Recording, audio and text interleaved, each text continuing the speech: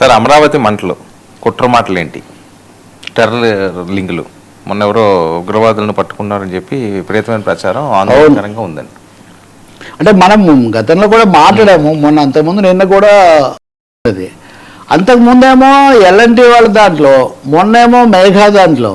మేఘాది అయితే కనుక మరీ అమరావతి కేంద్రానికి చాలా దగ్గరలో జరిగినటువంటి పరిస్థితి. ఇప్పుడు 10 కోట్ల నష్టం అని వాళ్ళు చెప్తున్నారు, అంతకుముందు కూడా కొన్ని కోట్ల నష్టం అన్నారు. దాని మీద హోంమంత్రి అనిత ఏమో మొన్న మాట్లాడుతూ అమరావతిలో ఎవరు కుట్రలు చేసినా ఉపేక్షించేది లేదని చెప్పారు. నిన్న చంద్రబాబు నాయుడు ముఖ్యమంత్రి గారు సమీక్ష జరిపి దీని వెనక కుట్ర కోణము ఏముందో మీరు తేల్చండి ఇదంతా అని చెప్పారు. మొదటి విషయం, కుట్ర అంటే ఎవరి కుట్ర, ఏ కోణాల్లో కుట్ర అనేది కూడా ఒక పెద్ద ప్రశ్న. నాకు బాగా గుర్తుంది, 2015లో ఇంకా అప్పుడప్పుడే అమరావతి మొదలవుతుందన్న దశలో తాడేపల్లి సమీపంలో అరటి తోటలు దగ్ధమైనవి. నేను వెళ్ళా కూడా అక్కడికి. అప్పుడు నేను వెళ్ళినప్పుడే మంత్రి పత్తిపట్టు పుల్లారావు వీళ్ళు కూడా వచ్చారు.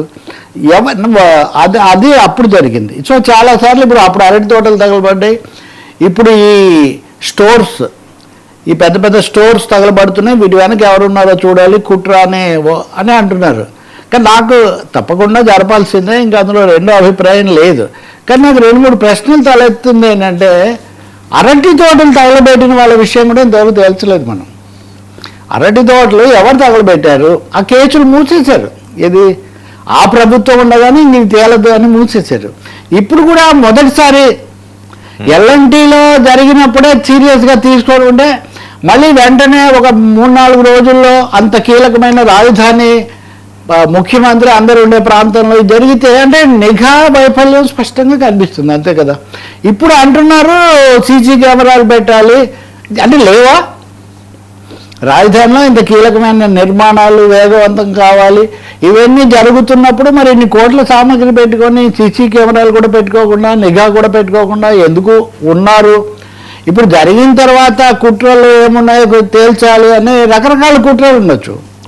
రాజకీయ కుట్రలు ఉండొచ్చు, లేదా ప్రత్యర్థుల కుట్రలు ఉండొచ్చు, లేదా స్థానిక పరిస్థితుల వల్ల వచ్చింది, ఏదైనా కూడా కావచ్చు.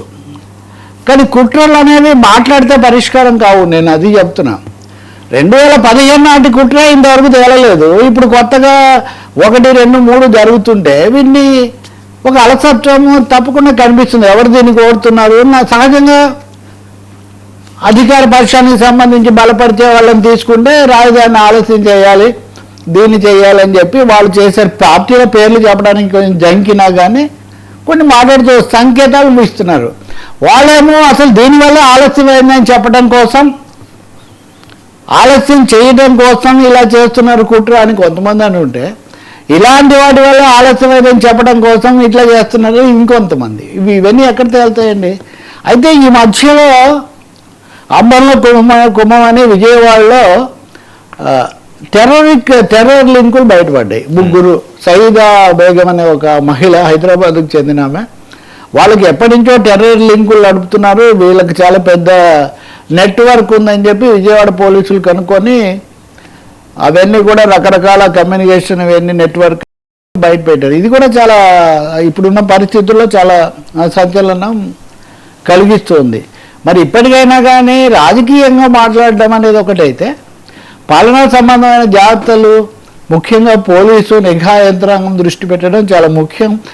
గతంలో కూడా హోంశాఖ అనండి, లేకపోతే విజిలెన్స్ అనండి, వీళ్ళు అలర్ట్గా ఉండాలనే మాట మనం చాలాసార్లు వింటున్నాం. అది అమరావతి కంటే ఇంకెక్కడ వాళ్ళు అలర్ట్గా ఉంటారు? అంతకంటే కీలకమైన ప్రాంతం ఏముంటుంది? ఇప్పుడు చాలా నష్టం ఈ ఆలస్యాలు, ఈ అనుమానాలు పెంచుకోవడాలు. అనుమానాలు పెరిగిన కొద్దీ అసాంఘిక శక్తులు దాన్ని ఉపయోగించుకుంటాయి.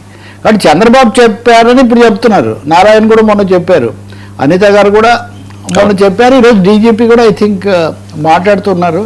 నా ఉద్దేశంలో బయట హడావుడి కంటే అంతర్గతంగా దర్యాప్తు చేసి గట్టిగా చర్యలు తీసుకున్నాక బయట పెట్టడం చాలా మంచిది. సార్ సీట్లపై ఏపీ హ్యాపీ. కొత్త నియోజకవర్గాల పెంపుకు సంబంధించి ఎవరి పార్టీలకు వాళ్ళు ఆశావాహులు పెరుగుతున్నారు. అవును, ఇప్పుడు సీట్లు ఆంధ్రప్రదేశ్లో ప్రతి రాష్ట్రంలో ఉన్న సీట్లలో 50% పెరుగుతాయి అనేది ఇక్కడ లెక్క. అంటే 176 ఉన్నాయనుకుంటే అందులో సగం